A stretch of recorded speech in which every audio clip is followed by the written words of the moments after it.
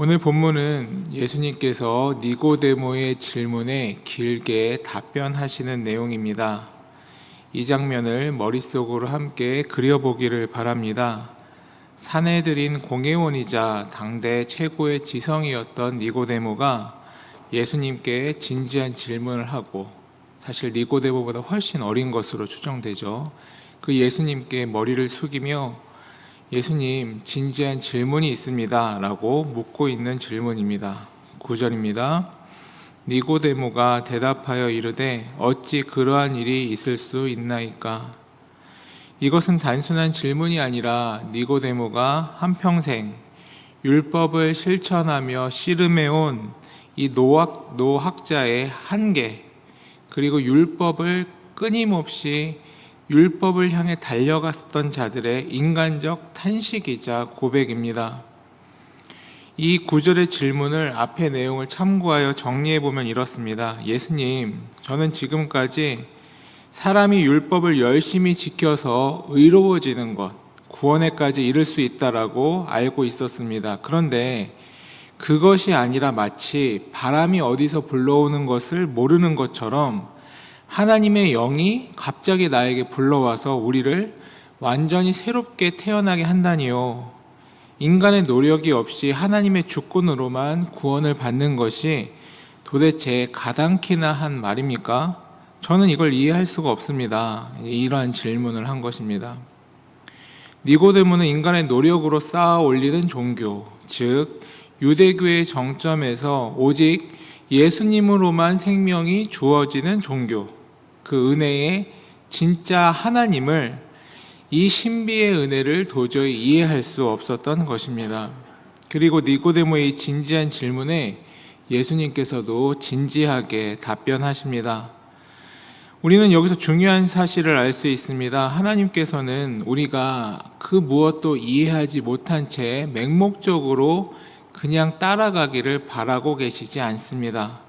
예수님은 또 하나님께서는 이 니고데모가 진지한 알을 추구했었던 것처럼 진지하게 하나님을 알기 원하고 말씀을 알기 원하는 자들에게 그들의 언어로, 하나님의 말씀으로 진지하고 자세하게 설명해 주시는 분이시다라는 사실입니다. 예수님은 니고데모가 알고 있었던 구약의 참 의미를 다시 설명하시고 그 위에 십자가 복음을 얹으시며 지식인의 언어로 지식인인 니고데모를 설득하고 계십니다. 그러한 부분에 있어서 먼저 니고데모가 잘 알고 있는 민수기 노뱀 사건을 언급하십니다. 14절 15절입니다. 모세가 광야에서 뱀을 든 것 같이 인자도 들려야 하리니 이는 그를 믿는 자마다 영생을 얻게 하려 하심이니라. 유대인들에게 뱀은 저주와 불결의 상징이었습니다. 율법학자가 보기에 민수기에 기록된 저 부정한 뱀을 쳐다보며 살게 되는 이 상황, 모세가 그 일을 하지 않습니까? 이것은 그들의 신학 속에서는 어려운 난제였습니다. 그래서 니고데모와 같은 당시 랍비들은 이 사건을 이렇게 가리켜 왔습니다. 여러분, 뱀에게 특별한 능력이 있는 게 아닙니다. 뱀은 그렇게 특별한 상징이 아닙니다.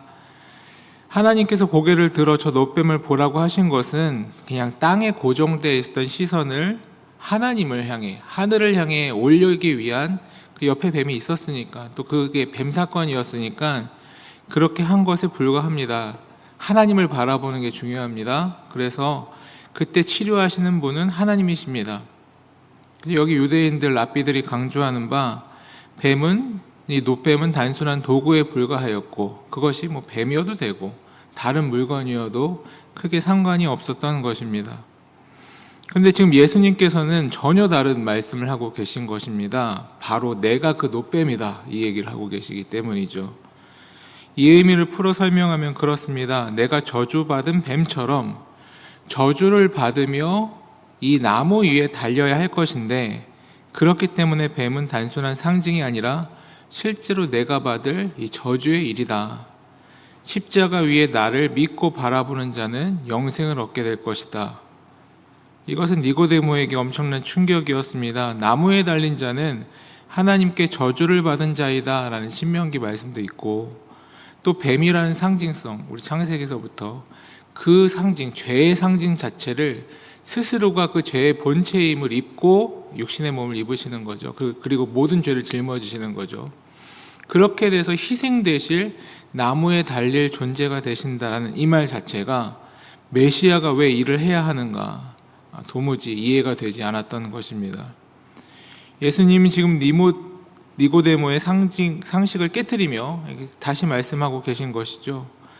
니고데모야, 내가 율법을 지켜서 하늘로 올라가는 것이 아니다.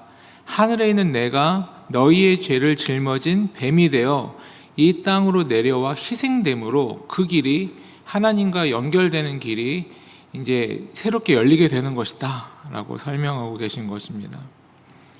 이어서 우리가 너무 잘 아는 요한복음 3장 16절 17절의 말씀이 이어집니다.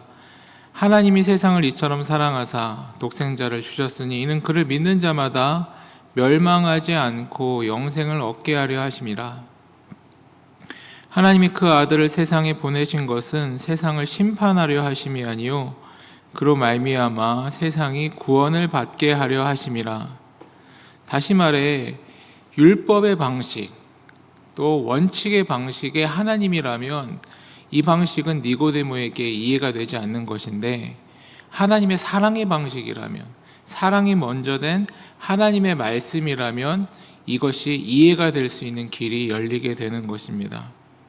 랍비들의 설명과 같이 율법이 먼저라면, 하나님의 목적이 심판이자 확인이자 평가이자 감시라면 이것은 어려운 문제가 됩니다. 하지만 방금의 예수님의 말씀과 같이 율법이 아니라 은혜가 먼저이며 예수님의 목적은 사랑이자 용서, 위로이다면 이것은 니고데모가 받아들일 수 있는 하늘의 언어가 되는 것입니다. 이 말씀이 니고데모에게는 예수님을 인격적으로 만나게 하는 하나님의 능력이 되었습니다.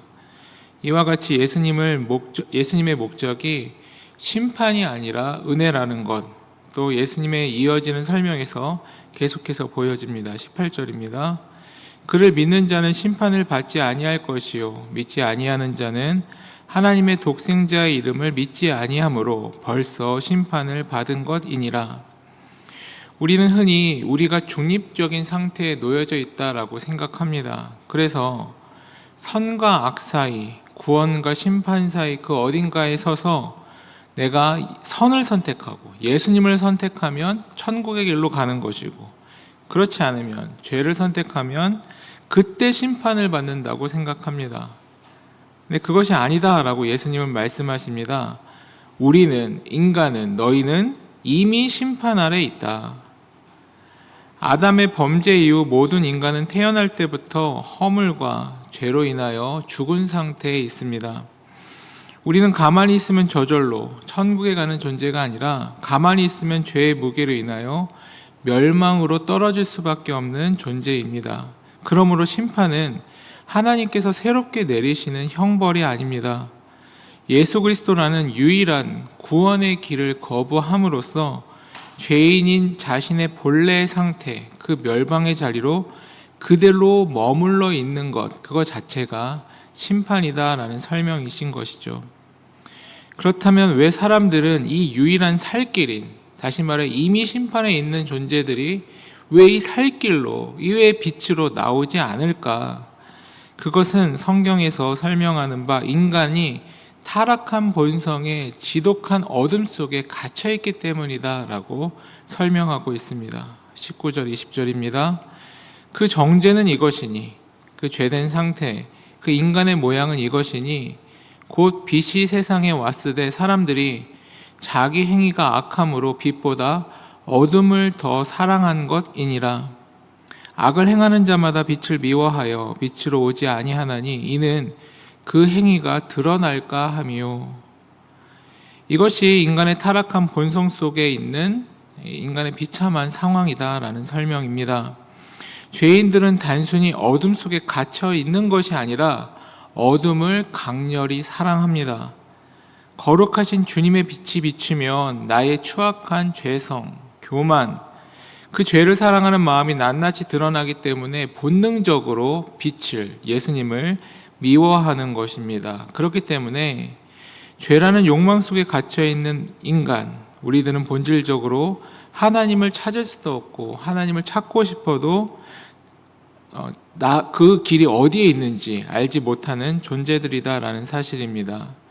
그러므로 오늘 우리가 이 자리로 나와서 예수님을 주님이라고 예배하고 하나님을 바라보고 하나님을 믿고 하나님께 기도할 수 있는 것은 내 방식, 내 지혜, 니고데모처럼 내가 어떤 저런 열심히 율법을 행했거나 지식이 많거나 똑똑해서가 아니라 하나님께서 전적으로 은혜를 주셨기 때문에 그 빛을 우리에게 허락해 주셨고 우리를 붙들어 주셨기 때문에 가능한 일이었다라고 설명하고 있는 것입니다.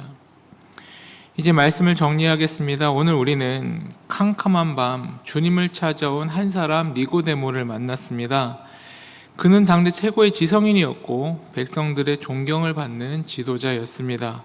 세상적으로 보면 무엇 하나 부족함이 없는 성공한 인생이었죠.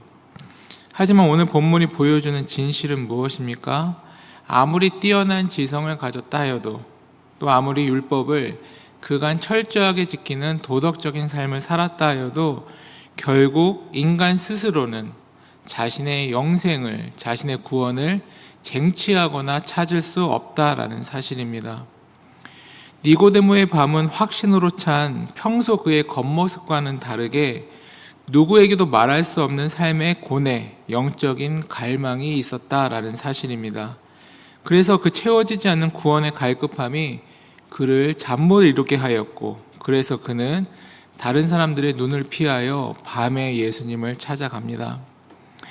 오늘 이 새벽 나의 노력으로는, 나의 지식으로는 우리가 구원, 영원한 생명, 참된 평안, 하나님께서 주시는 진짜 은혜를 내 힘으로는 쟁취할 수 없습니다.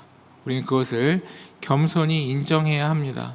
그리고 우리의 한계를 아시고 친히 십자가를 지심으로 영원한 해답되어 주시는, 우리의 인생의 유일한 길이 되어 주시는 예수님을 겸손히 또 온전히 붙들어야 합니다.